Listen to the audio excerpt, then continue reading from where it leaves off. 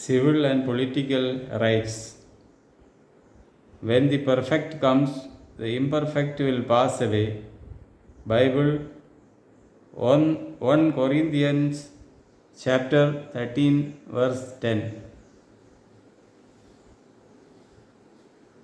Civil and political rights. What is a right? A right is an entitlement to something, whether to concepts like justice and due process, or to ownership of property or some interest in property, real or personal. These rights include various freedoms, protection against interference with enjoyment of life and property. Right is the correlative of a duty, for whenever one has a right due to him, some other must owe him a duty. A right without corresponding duty or obligation is meaningless and cannot be called a legal right. As for example, a duty is cast upon a shopkeeper or a businessman to obtain a trade or gumasta license from the concerned municipal corporation under the Bombay Shops and Establishment Act to run his shop or his business establishment. Secondly, the right must be recognized under a law in force for the purpose of its enforcement before a court of law or justice. Thirdly, there must be some legal injury caused to such a right recognized by and enforceable under the law for the purpose of securing some compensation for the breach. This attribute of such a right is called injuria sine damnum. Often we find damages are caused to the right of a person without any legal injury being caused to him, and thereby disentitling him in law to get any compensation or damages. This aspect of the right in common law is called damnum sine injuria. Rights are of different types. Rights are perfect, fixed or determinative, and imperfect, vague or indeterminate. As for example, a poor man asks relief from those from whom he has reason to expect it. The right which supports his position is an imperfect one, because the relief which he expects is a vague and indeterminate one. Sometimes right signifies a law, as for example, natural right to keep our promises or that it forbids crime. Right is sometimes determined by the quality of our actions by just one rectitude. Right can be a quality in a person by which one can do certain actions and process certain things which belong to him by virtue of some title. Rights are also absolute and qualified. Rights are also divided into legal and equitable rights. The former are those where the party has the legal title to a thing, and in that case, his remedy for an infringement of it is by an action in a court of law. Although the person holding the legal title may have no actual interest but only holds as trustee, the suit must be in his name, not in general, in that of the Sestui trust. The latter or equitable rights are those which may be enforced in a court of equity by the Sestui trust. Equity courts in India have been abolished. Rights with proprietary be also divided into natural and civil rights, but all the rights which men have received from nature have been modified and acquired anew from the civil law point of view. It is more proper, when considering their object, to divide them into civil and political rights. What is a civic or civil right? Civil right is that belongs to every citizen of the state and is not connected with the establishment, support, or management of an organization or administration of government. These consist in the power of acquiring and enjoying property, of exercising the paternal and marital powers, and the like. It will be observed that everyone, unless deprived of them by a decree of a civil court, is in the enjoyment of his civil rights, which is not the case with political rights. For an alien, for example, has no political rights, although he is in the full enjoyment of his civil rights. Civil rights include the rights to property, marriage, protection of law, freedom to contract, trial by civil court, and the like. These rights are capable of being enforced or redressed in an action in a civil court. Civil rights are divided into absolute rights and relative rights. The absolute rights of mankind may be reduced to three principal or primary articles, namely 1. The right of personal security, which consists in a person's legal and uninterrupted enjoyment of his life, his limbs, his body, his health, and his reputation. 2. The right of personal liberty, which consists in the power of locomotion, of changing the situation or removing one's person to whatever place one's inclination may direct, without any restraint, unless by due process of law. And 3. The right of property, which consists in the free use, enjoyment, and disposal of all his acquisitions without any control or diminution, save only by the laws of the land. The relative civil rights are public or private. The first are those which subsist between the people and the government, as the right of protection on the part of the people and the right of allegiance, which is due by the people to the government. The second are the reciprocal rights of husband and wife, parent and child, guardian and ward, and master and servant. Civil rights enjoyed by citizens, such as voting and access to the courts, are the natural constitutional rights accepted by the civilized societies.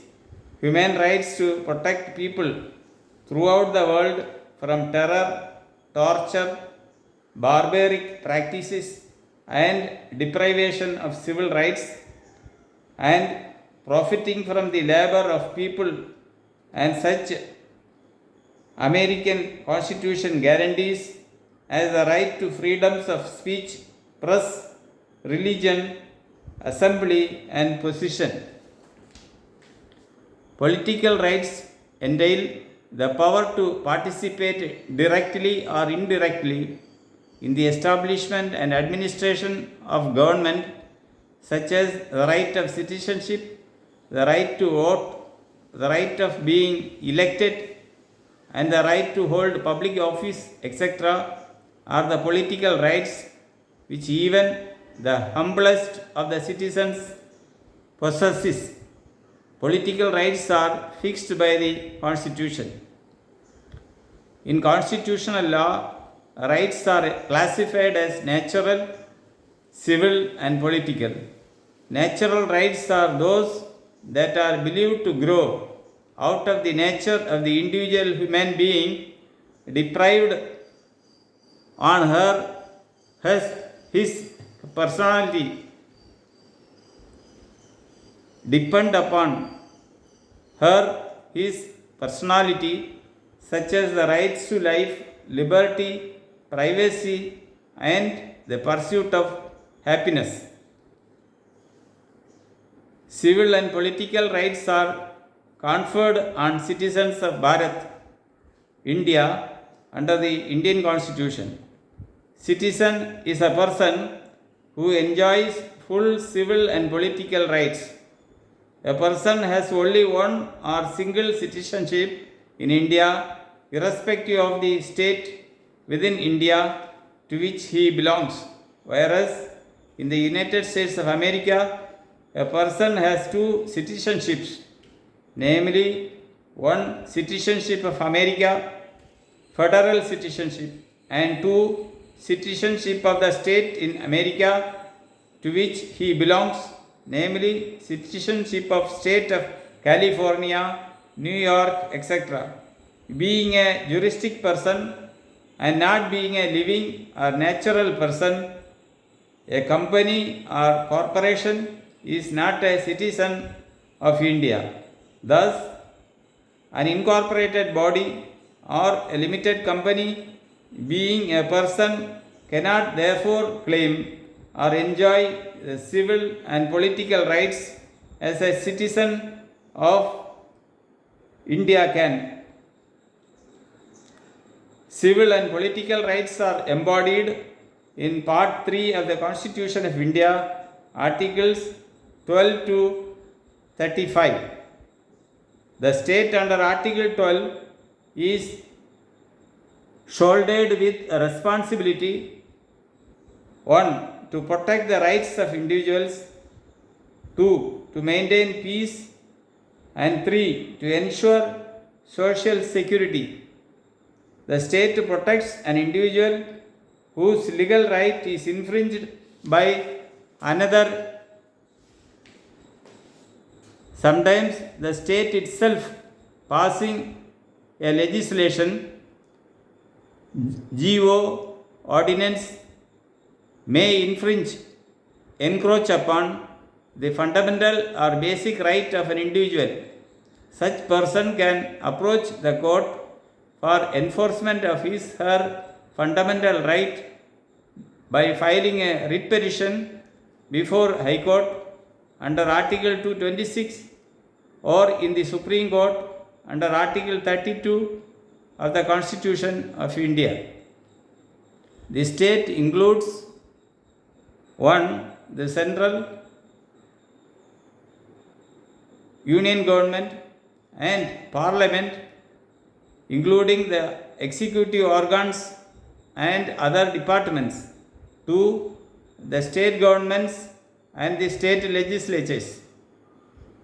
The state government includes the executive organs and other departments, namely the governments, the chief ministers, the district collectors, and other government departments. The state legislature, the law-making body, which includes both houses, namely the Legislative Assembly and Legislative Council, or only one house, namely Legislative Assembly, as in the case of Andhra Pradesh. 3. All local authorities within the territory of India. The term authority means a person or body exercising power to command. For the purpose of Article 12, it means the power to make laws, orders, regulations, bylaws, notifications, etc., which have the force of law and power to enforce those laws. Local authority refers to unit of local self-government such as municipal committee, district board, panchayats, body, port of commissioners, improvement trust and mining settlement boards or other authority legally entitled to or entrusted by the government with the control or management of a municipal or local fund. 4. All local and other authorities under the control of the Government of India. The expression other authorities has neither been defined in the Constitution nor in any statute. It is left to the discretion of court to interpret the expression so as to determine the scope of the fundamental right. For example, it was said that the University of Madras, created by the Madras University Act 1923, though state aided, was a body corporate and was not maintained by the state and hence did not come within the scope of state. The court viewed or opined that the words local or other authorities must be construed ejus dum generis. According to the rule of ejus dum generis, the only authorities exercising governmental or sovereign functions would come within the meaning of other authorities. However, the Supreme Court has held that the sales tax officer constituted under the Sales Tax Act for assessing the tax would come within the meaning of other authorities. Statutory bodies set up under special statutes such as ONGC, LIC, IFC, the International Airport Authority of India, IAA, Electricity Board, created by statute or constitution, on whom powers are conferred by law, are the other authorities. Similarly, an agency or instrumentality of state, though not a government company established by a statute but registered under the Indian Companies Act 1956, comes within the meaning of other authorities. And 5. Judiciary, while exercising its rule-making power, is held to be within the definition of state. A judge acting as a judge is a subject to the writ jurisdiction of the Supreme Court of India. It is held that the court cannot pass an order or issue a direction which would be violative of fundamental rights. Fundamental rights are rights without which a human being cannot exist, survive in a dignified manner in a civilized society. In America, they are called Bill of Rights. They are deemed essential to protect the rights and liberties of the people. Fundamental rights are known as basic rights or justiciable rights. They are also called individual rights or negative rights and impose negative obligation on the state not to encroach upon individual liberty. The various fundamental rights are as follows. A. Right to equality, Articles 14 to 18. 1. Equality before law and equal protection of laws, Article 14. In simple words, all are equal before law and no one is above the law. According to Article 14, law should treat equally on all individuals without any discrimination, right from the Prime Minister on the top up to the constable at the bottom. However, in actual parlance, certain limitations and exceptions are carved out of this rule, as for example, King Herod ordering to kill all the children below certain age with a view to kill infant Jesus Christ, as the King Herod feared that Lord Jesus Christ would one day become a king of kings himself in his place. The equality rule should have aimed to kill only one child and not all the children below a particular age. As the above action was found to be unconscionable, equality rule is being interpreted by the judiciary, which is one of these pillars besides legislature and executive under the constitution, which is supreme to all the three pillars of the state, including the judiciary, to mean among equals. The law should be equal and should be equally administered, that like should be treated alike. So, this rule is being interpreted on the basis of valid classification. For example, this rule does not apply equally to all the citizens because of certain special privileges and immunities provided under the Constitution to 1. The President of India, governors of states, members of the Parliament, and members of legislative assemblies. 2. Differential liability of a private employer to his employees and of the state to its staff. 3. Differential treatment being meted out to a government servant and ordinary citizen. 4. In matters of right to release advertisements by a state on the one hand and the press or other media on the other hand. And 5. The right of a Gram Panchayat to remove a Pradhan of Gram Sabha by a motion of no confidence, etc. 2. Prohibition against discrimination on grounds of religion, race, caste, sex, or place of birth. Article 15.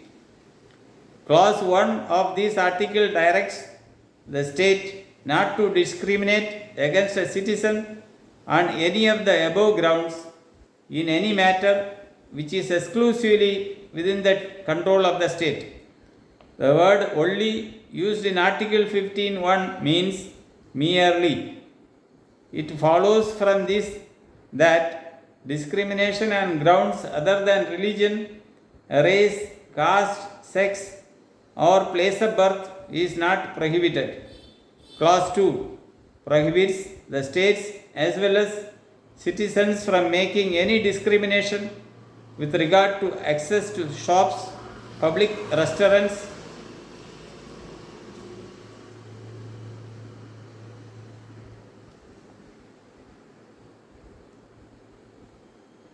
hotels and places of public entertainment, or the use of public resorts maintained wholly or partly out of state funds or dedicated to the use of the general public. Wells, tanks, bathing ghats, roads. Clause 3 empowers the state to make special provisions for the protection of women and children. That means states can discriminate in favor of women against men, but it cannot discriminate in favor of men against women. The special provisions can be made to improve women's participation in all activities under the supervision and control of the states, either in the form of affirmative action or reservation. Clause 4 enables the state to make special provisions for the protection of the interests of the backward classes of citizens and is therefore an exception to Article 15 and 29(2) of the Constitution. Equality of opportunity in matters of public employment, reservations, Article 16. While Article 15 prohibits discrimination on any of the 5 grounds, that is, grounds on the basis of religion, race, caste, sex, or place of birth, Article 16 contains 7 prohibited grounds, that is, religion, race, caste, sex, descent, place of birth, or residence.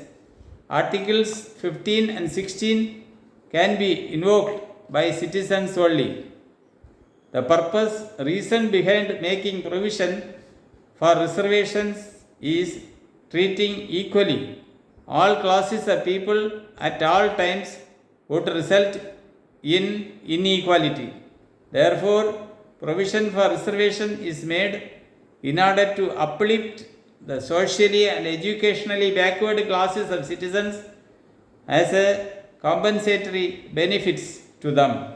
Article 16(4) expressly permits the state to make provisions for the reservation of appointments of posts in favor of any backward class of citizens in the services under the state. 4. Eradication or abolition of untouchability. Article 17. 5. Abolition of all titles except educational degrees. Article 18. B. Right to freedoms. These freedoms are not absolute but are subject to reasonable restrictions.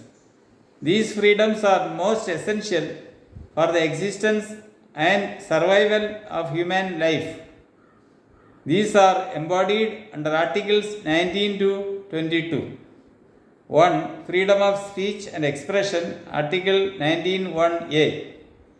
It means the right to express one's own convictions and opinions freely by use of words of mouth, writing, printing, pictures, or any other mode. It includes the expression of one's own ideas by any communicable media or visible representation. Example, science, justice, etc. The Constitution empowers the state to impose certain reasonable restrictions on the grounds of 1. Security of the state, 2. Friendly relations with foreign states, 3. Public order, 4. Decency and morality, 5. Contempt of court, 6. Defamation, 7. Extent to offence, and 8. Integrity and sovereignty of India. Article 19(1)(a) includes freedom of press. Freedom of speech and expression also includes freedom not to speak or observe silence. Demonstration or picketing is visible manifestation of one's ideas and in effect a form of speech and expression. Demonstrations or picketing is protected under Article 19(1)(a) provided they are not violent and disorderly, whereas strike or right to strike is not included in the ambit of freedom of speech. 2. Freedom of assembly. Article 19(1)(b). It guarantees to all citizens the right to assemble peacefully without arms. It includes the right to hold meetings and to take out processions. However, this right is subject to certain restrictions. There is no right to hold meetings on private property belonging to others.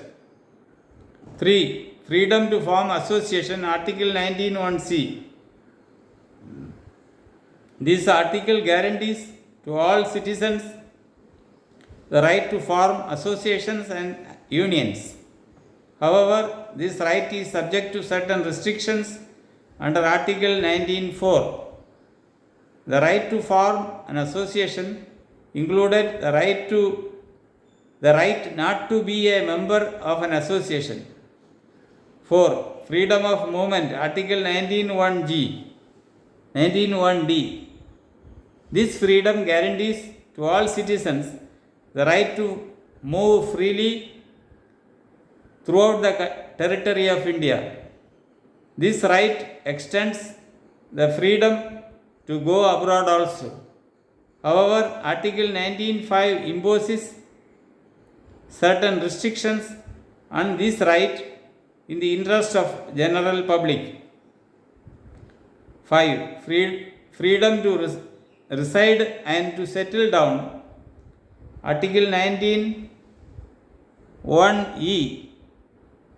It guarantees to all citizens the right to reside and settle in any part of the territory of India. However, Article 19(6) imposes reasonable restrictions in the interest of public or scheduled tribe. It was held that under the UP Suppression of Immoral Traffic in Women and Girls Act 1956, the magistrate could compel a prostitute to remove herself from the place of her residence. The act was upheld by the Supreme Court as imposing reasonable restrictions on the freedom of movement or residence of prostitutes on the ground of public health and in the interest of public morals, that is, to protect the public from the harmful effects of prostitution. 6. Freedom of profession, occupation, trade or business. Article 19(1)(g) and Article 19(6).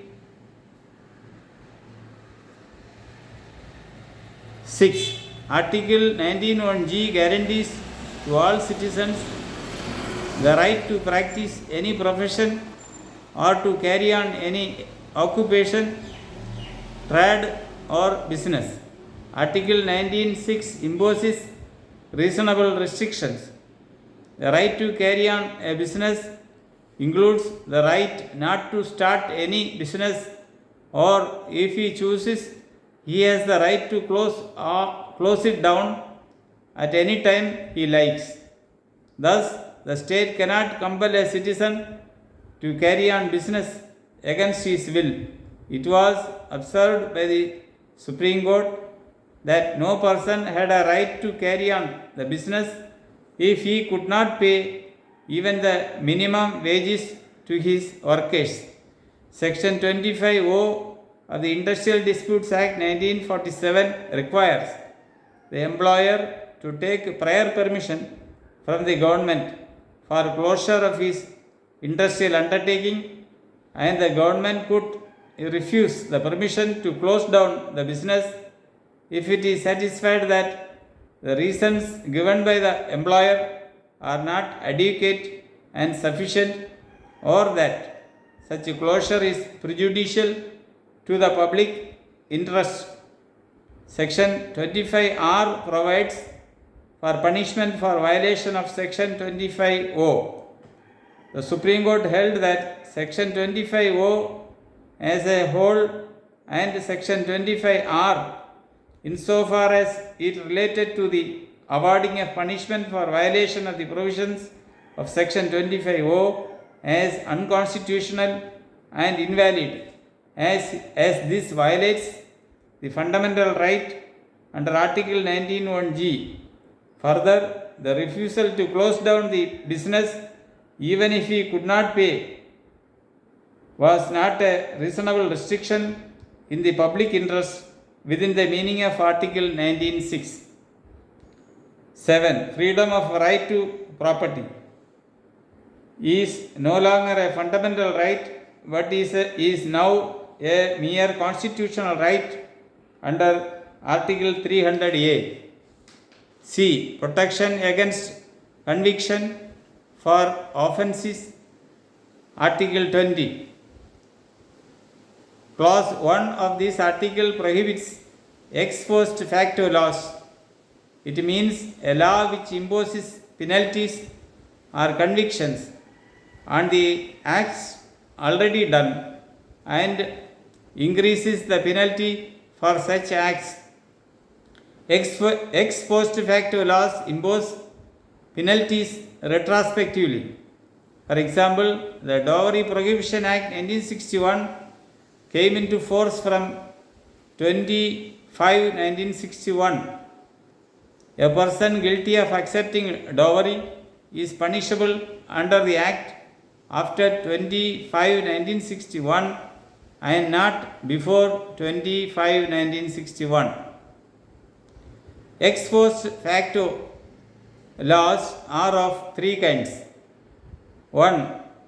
A law which declares some act or omission as an offense for the first time after the completion of that act or omission.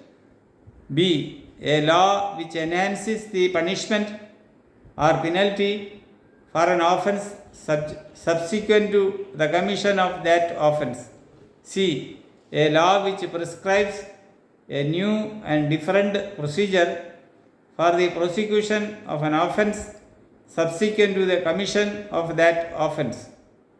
Clause 1 of Article 20 provides protection only in respect of the above first two categories of ex post facto laws and not for the third category. Clause 2 of Article 20 speaks of double jeopardy. The expression double jeopardy means punished twice or punishment given for more than once for commission of the same offense. In other words, a man must not be put twice in peril for the same offense. Therefore, this clause 2 provides for protection against double jeopardy. Clause 2 applies only if a person is accused of an offense and the person must have been prosecuted before a court or a judicial tribunal. Clause 3 of Article 20 prohibits self-incrimination, saying that no person accused of any offense shall be compelled to be a witness against himself.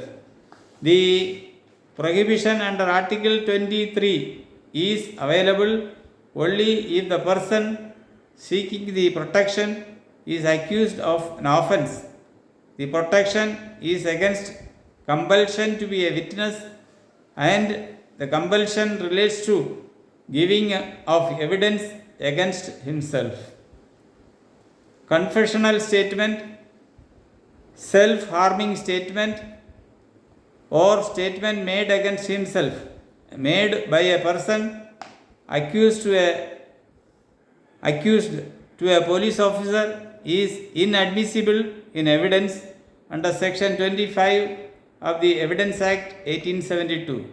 As per Section 26, such confession shall not be proved against him accused.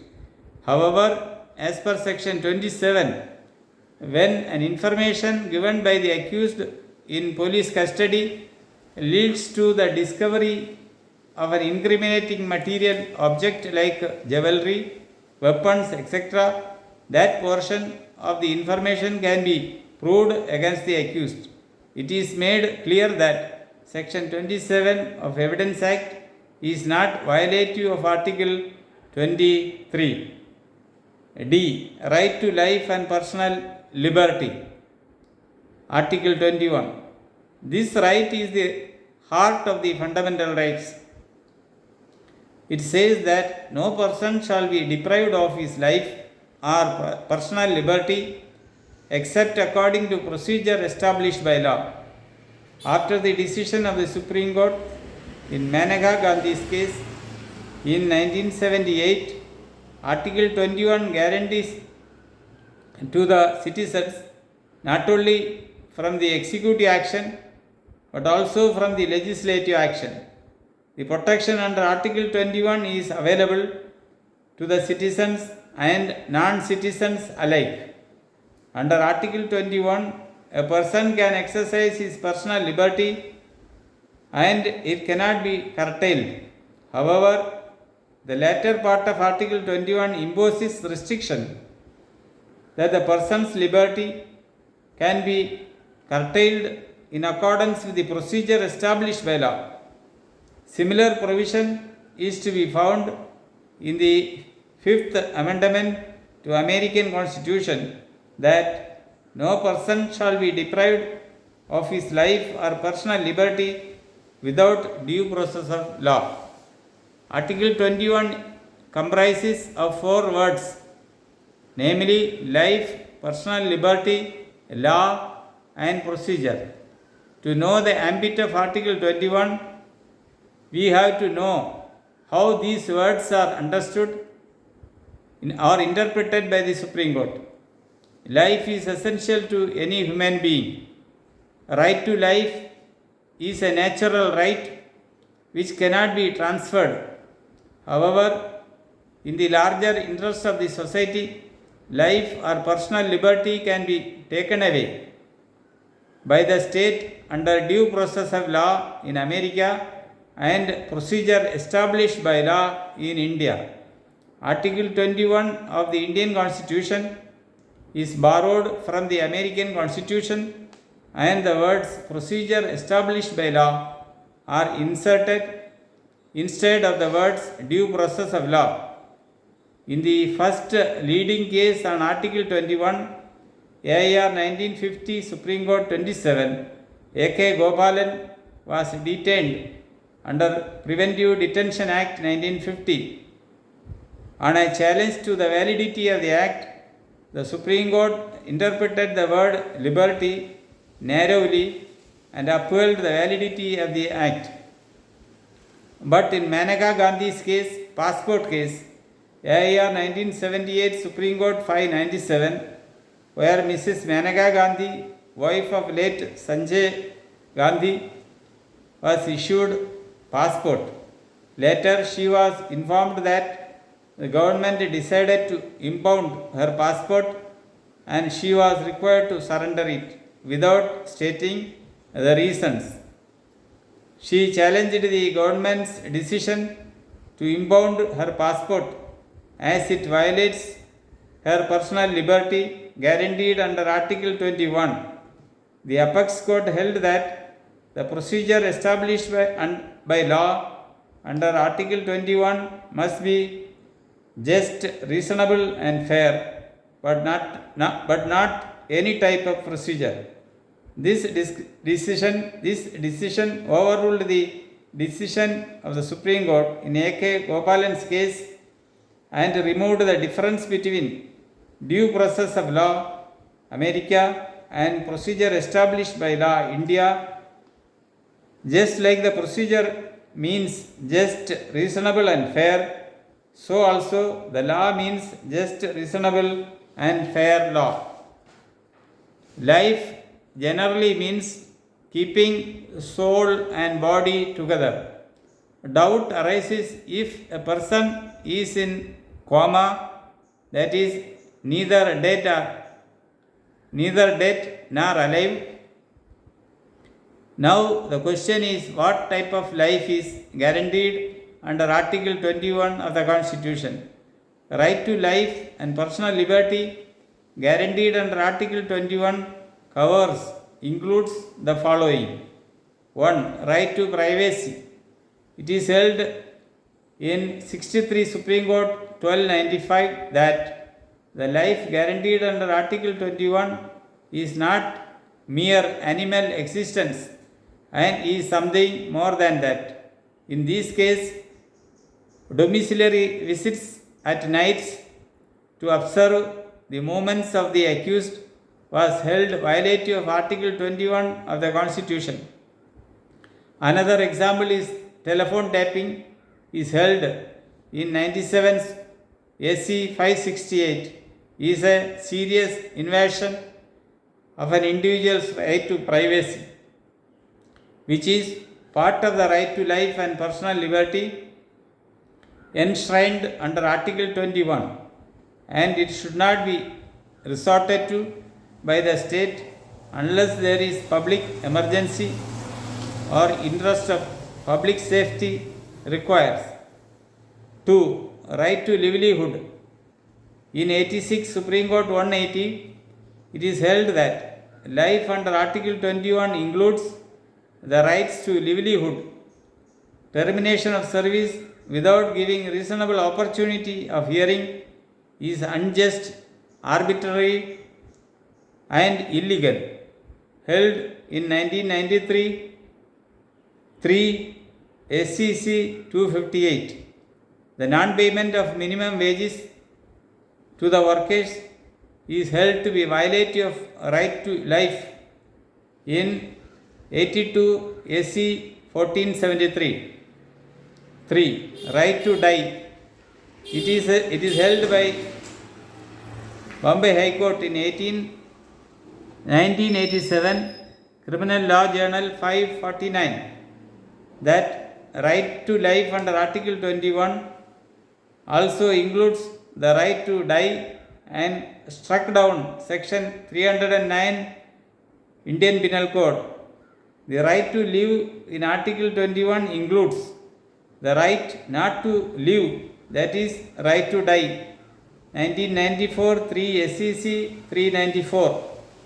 However, in 1996 2 SCC 648, 5-judge Constitution bench of the Supreme Court has overruled and held that right to live under Article 21 does not include right to die or right to be killed, and therefore Section 309 is not violative of Article 21 of the Constitution. 4. Right to education. In 1993 1 SCC 111, the Honorable Supreme Court has held that right to free education is available only to children up to the age of 14 years. Beyond 14 years, the obligation to provide education is subject to the economic capacity and development of the state. 5. Right to get pollution-free water and air. In 1887 Supreme Court 1086, the Supreme Court treated the right to live in pollution-free environment as a part of fundamental right to life under Article 21 of the Constitution. Personal liberty under Article 21 is qualified and restrictive and is with regard to bodily injury or wrongful confinement and not more than that. After the decision in Maneka Gandhi's case, the Supreme Court adopted a dynamic approach in interpreting personal liberty under Article 21 in subsequent cases. Article 21, an emergency. During the emergency arising out of the Chinese attack in 1962, arising out of the Pakistan attack in 1971, and during the emergency imposed by the government headed by Prime Minister Indira Gandhi in 1976 on the ground of internal disturbance, Article 21 was suspended. Article 359 empowers the President to suspend. In 76 Supreme Court 1207, it was held that Article 21 was the sole repository of the right to life and personal liberty, and the right to move to any court for the enforcement of that right was suspended. The detenu had no locus standi to file a writ petition for challenging the legality of their detention. This law is no longer a good law in view of 44th Constitutional Amendment to Article 359, which now provides that the enforcement of the right to life and liberty under Article 21 cannot be suspended by presidential order. E. Protection against arbitrary arrest and detention in certain cases, Article 22. This applies to both citizens and non-citizens, irrespective of whether the detention is made under ordinary law or under the law of preventive detention. Clauses 1 and 2 provides for ordinary law of arrest and detention. A. Right to be informed as soon as may be of the grounds of arrest or detention. B. Right to consult and to be defended by a legal practitioner of his choice. C. Right to be produced before the nearest magistrate within 24 hours of arrest. D. Right not to be detained in custody beyond 24 hours without the authority of the magistrate. Clauses 4 to 7 of Article 22 contain procedural requirements if the detention is a preventive detention, namely A. No detention beyond 3 months unless detention is approved by the advisory board.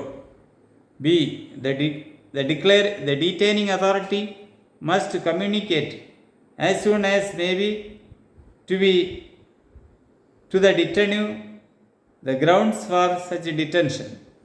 C. The detainee must be afforded the earlier opportunity of making a representation against the order of detention. D. No detention beyond the maximum period prescribed under a law made by Parliament under Clause 7b. F. Prohibition of traffic in human beings and forced labor. Article 23. Traffic in human beings means dealings in human beings like chattels, namely buying men or women like goods. It includes immoral traffic in women or girls or subjecting children to immoral begging, bonded labor, or such other practices like slavery. The term beggar means involuntary work without payment. It constitutes the following two elements. A. It is to compel a person to work against his or her will. And B. He or she is not paid any remuneration for that work. The expression bonded labor denotes over exploitation of manpower or extraction of labor and services against the payment of less than minimum wages or even without wages. Clause 1 of Article 23 prohibits traffic in human beings and beggar and other similar forms of forced labor and states that any contravention of this provision shall be an offence punishable in accordance with law. Clause 2 of Article 23 contains an exception to the above general rule. Under this clause, the state is empowered to impose compulsory service for public purpose. But in imposing such compulsory service, the state cannot make any discrimination on ground only of religion, race, caste, or class, or any of them. As for example, compulsory military service or social services can be imposed because they are neither beggar nor traffic in human beings.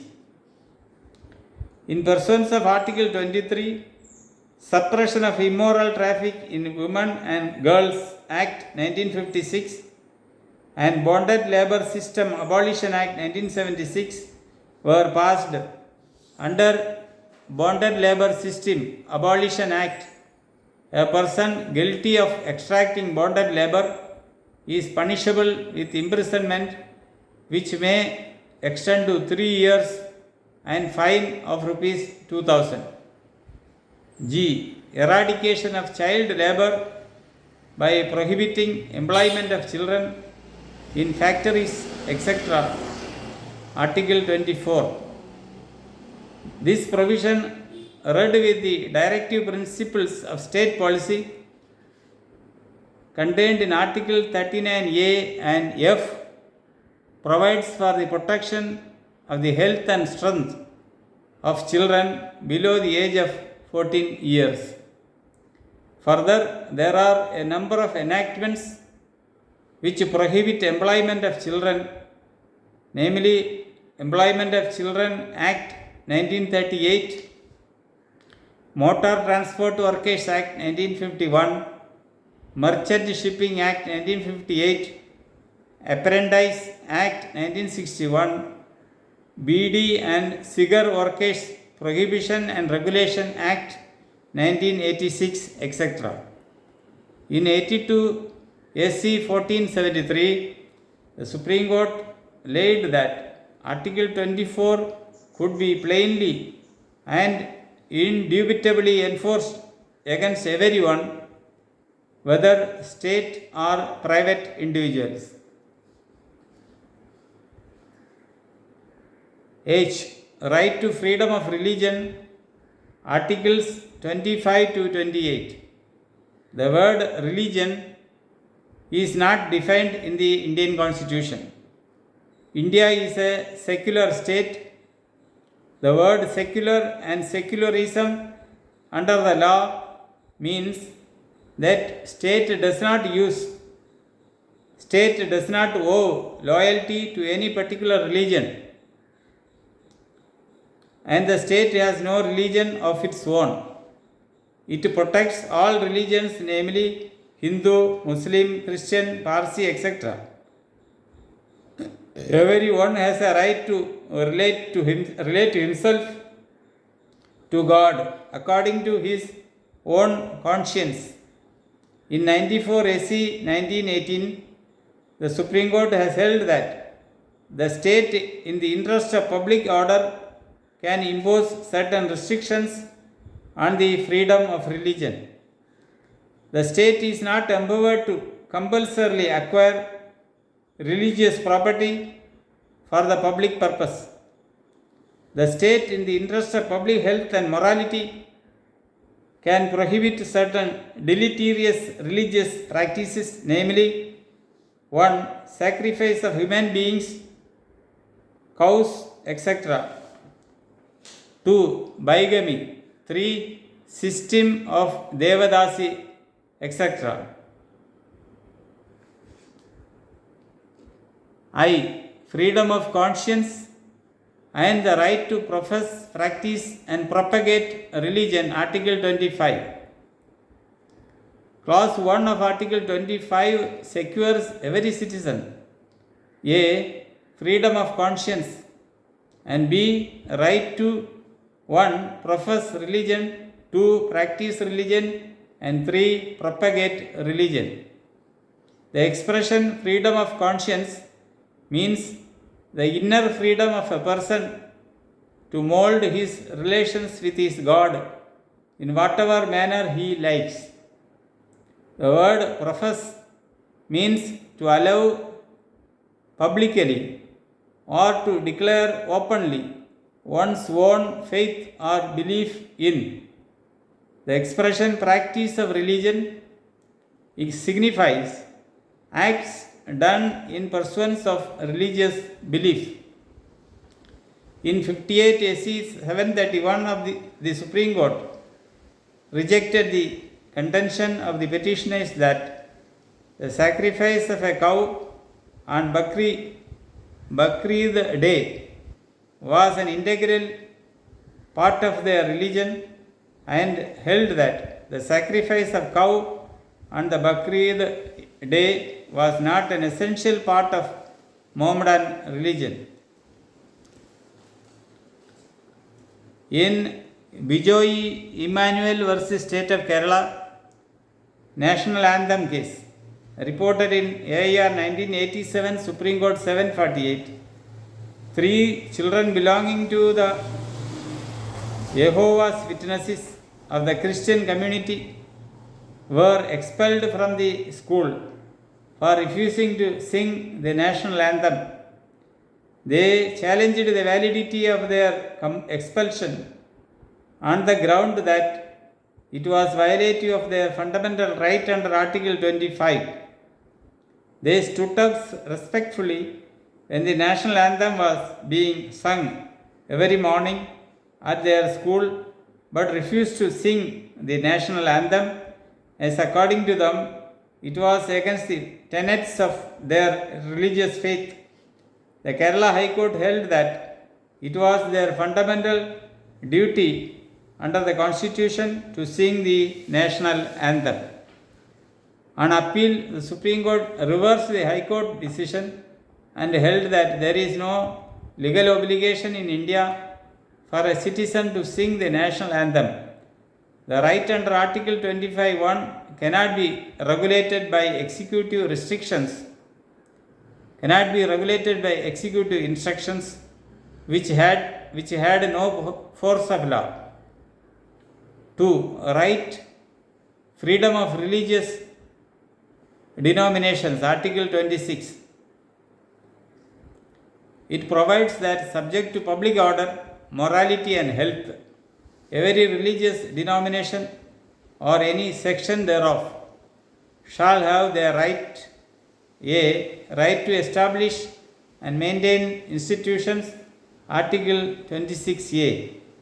It guarantees to every religious denomination or any section thereof the right to establish and maintain institutions for religious and charitable purposes. The words establish and maintain in Article 26a must be read conjunctively. So read, it would mean that only those institutions which a denomination establishes, that it can claim the right to maintain those.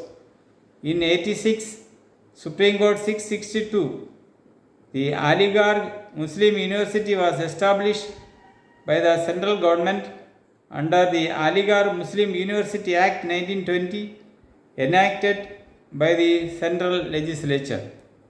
The Supreme Court held that since the university was not established by the Muslims, there was no question of the university being maintained by them. B. Right to manage matters of religion, Article 26b. This clause B of Article 26 guarantees to every religious denomination right to manage its own affairs in matters of religion. The expression matters of religion includes religious practices, rites and ceremonies essential for the practicing of religion.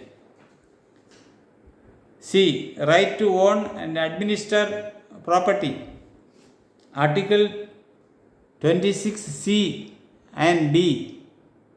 Clause C of Article 26 secures to a religious denomination or any section thereof the right to own and acquire movable and immovable property. Clause D of Article 26 further strengthens the above right by guaranteeing to the denomination the right to administer such property in accordance with law. 3. Freedom as to payment of taxes for promotion of any particular religion, Article 27. Article 27 prohibits the levying of a tax, the proceeds of which are specifically appropriated towards promotion of a particular religion. If such a tax is imposed, no person can be compelled to pay it. The object behind Article 27 is to secure the secular characteristics of India, which prohibits the promotion or maintenance of any particular religion by the state or at state expenses. However, it may be made clear that Article 27 prohibits the levy of a tax and not the imposition of a fee. Prohibition of religious instructions in educational institutions, Article 28. Clause 1 of Article 28 provides that no religious instructions shall be provided in any educational institutions wholly maintained out of state funds. Clause 2 is an exception to Clause 1 and provides that the prohibition contained in Clause 1 would not apply to an educational institution which is administered by the state but has been established under any endowment or trust which requires that religious instructions shall be imparted in such institution. Clause 3 of Article 28 further provides that no person attending any educational institution recognized by the state or receiving aid out of state funds shall be required to take part in any religious instructions that may be imparted in such institution or to attend any religious worship that may be conducted in such institution or in any premises attached thereto, unless such person or if such person is a minor, his guardian has given his consent thereto. L. Cultural and educational rights of minorities, Articles 29 and 30. The term minority is not defined in the Constitution. In the case of the Kerala Education Bill, the Supreme Court observed that while it was easy to say that the minority meant a community and which was numerically less than 50%, the 50% is not in relation to the entire population of the state or India, but with reference to the particular legislation. If it is a state law, a minority would be determined in relation to the population of the state. Where a law passed by the state legislature extends to the whole of the state, minority for the purpose of Article 29 and 30 would be determined by reference to the entire population of that state. Accordingly, it was held that Christians, Muslims and Anglo-Indians would be minorities in the state of Kerala.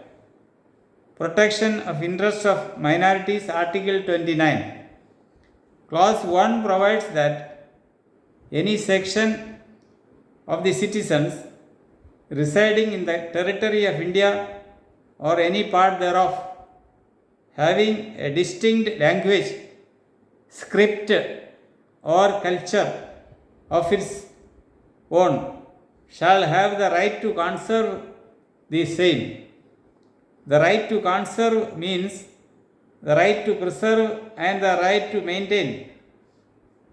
The right to conserve one's own language, script or culture thus means and includes the right to preserve and to maintain own language, script or culture.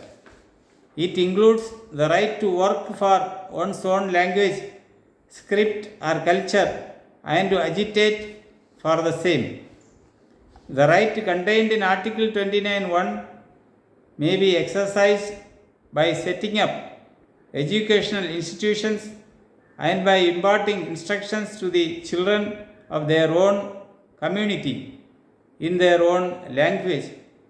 In DAV College, Bathinda versus State of Punjab, AR 1971, Supreme Court 1731, the Punjab University was established at Patiala under the Punjab University Act 1961.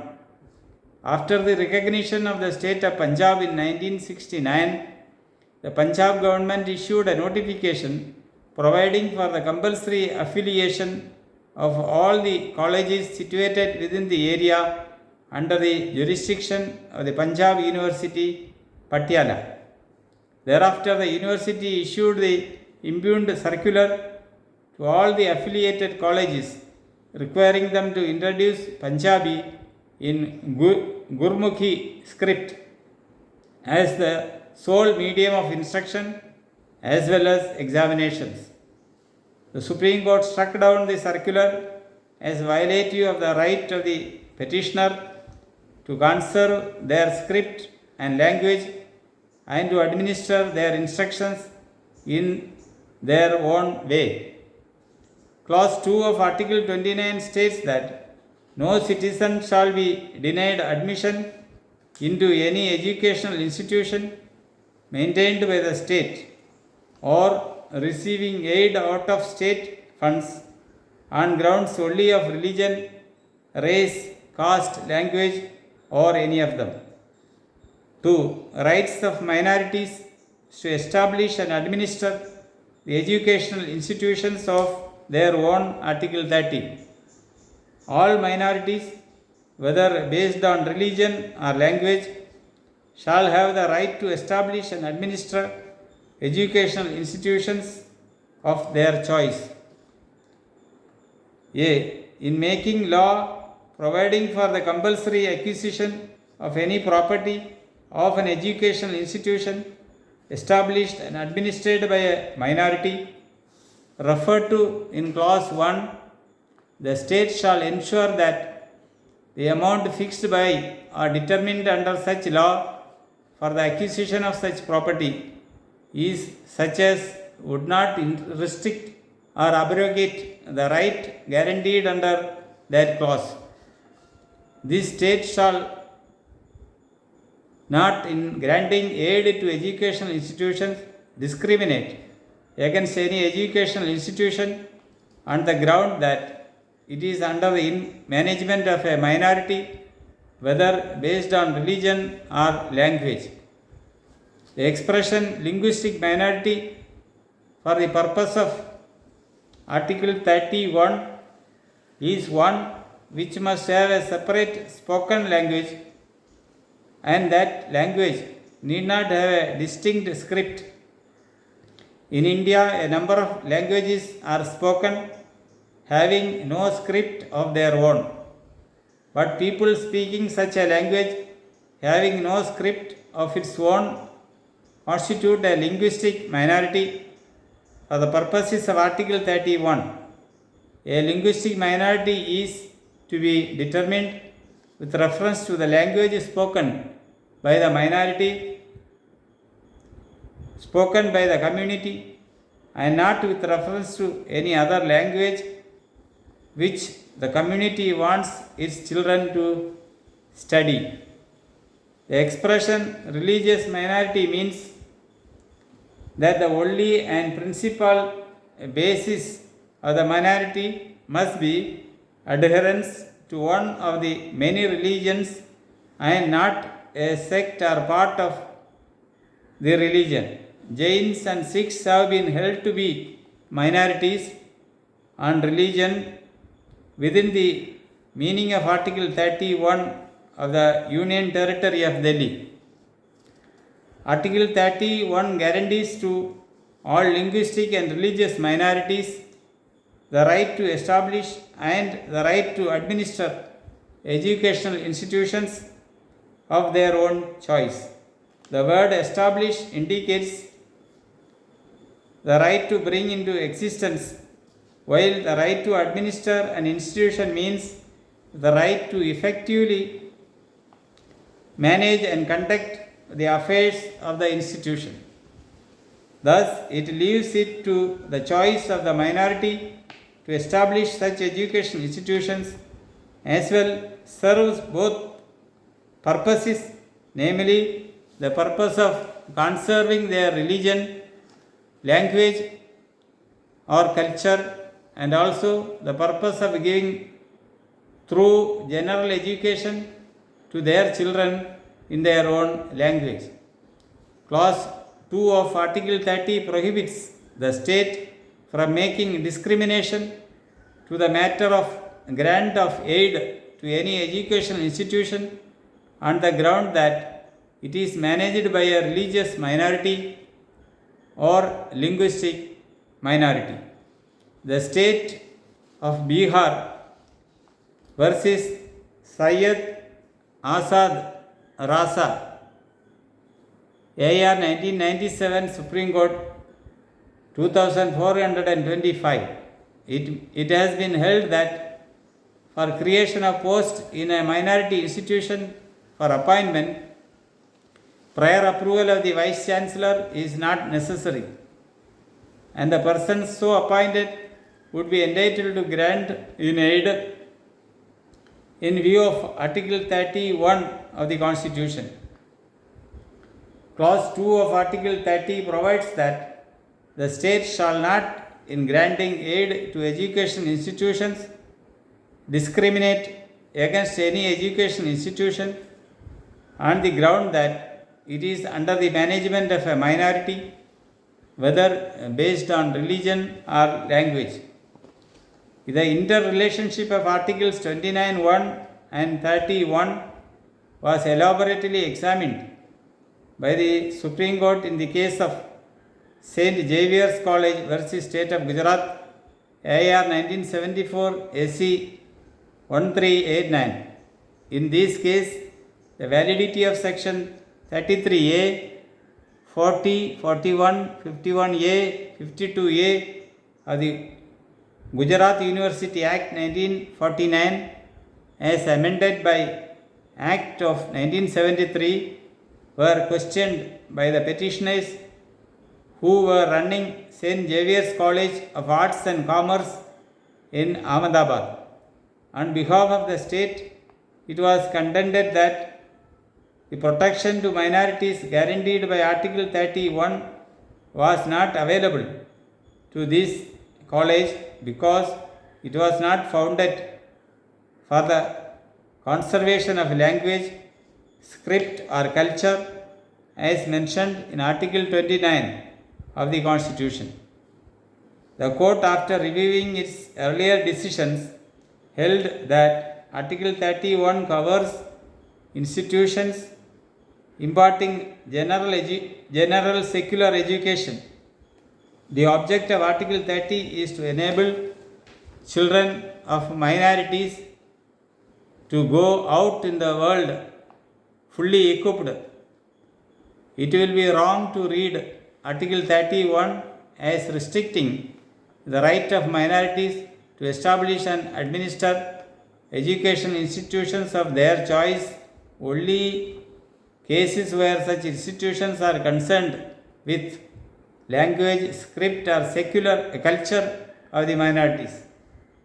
Articles 29 and 30 create two separate rights, though it is possible that the rights might meet in a given case. Article 29(1) is a general protection given to sections of citizens to conserve their language, script or culture, whereas Article 30 is a special right to minorities to establish educational institutions of their choice. J. Right to constitutional remedies for enforcement of the fundamental rights, Articles 32 to 35. An individual whose fundamental right is abridged, affected, violated by a law passed by the Parliament can approach the court, Supreme Court under Article 32 or High Court under Article 226 for the enforcement of his fundamental right. The judiciary under its review power can examine the validity of such law which infringes the fundamental right. Article 31C empowers the Parliament as well as the state legislatures to enact laws towards securing the directive principles of state policy specified in Article 39B and C of the Constitution of India for securing economic justice to the citizens, and such laws cannot now be challenged on the ground that they infringe the fundamental rights guaranteed under Articles 14 or 19 of the Constitution. Thus, Article 31C gives an immunity to all the legislations embodying the directive principles of state policy contained in Article 39B and C from being challenged as violative of the fundamental rights guaranteed under Articles 14 and 19. Article 39B directs the state that the ownership and control of the material resources of the community are so distributed as best to subserve the common good. Article 339C directs the state that the operation of the economic system does not result in the concentration of wealth and means of production to the common detriment. K. Fundamental duties. Every citizen of India must carry out and perform properly her fundamental duties, which are enumerated in Part 4A of the Constitution of India. These are incorporated in Article 51A, which reads as under. 51A. It shall be the duty of every citizen of India A. to abide by the Constitution and respect its ideals and institutions, the national flag and the national anthem. B. to cherish and follow the noble ideals which inspired our national struggle for freedom. C. to uphold and protect the sovereignty, unity and integrity of India. D. to defend the country and render national service when called upon to do so. E. to promote harmony and the spirit of common brotherhood amongst all the people of India, transcending religious, linguistic and regional or sectional diversities, to renounce practices derogatory to the dignity of woman. F. to value and preserve the rich heritage of our composite culture. G. to protect and improve the natural environment, including forests, lakes, rivers, and wildlife, and to have compassion for living creatures. H. to develop the scientific temper, humanism, and the spirit of inquiry and reform. I. to safeguard public property and to abjure violence. J. to strive towards excellence in all spheres of individual and collective activity, so that the nation constantly rises to higher levels of endeavor and achievement. K. who is a parent or guardian, to provide opportunities for education to his child, or, as the case may be, ward between the age of 6 and 14 years.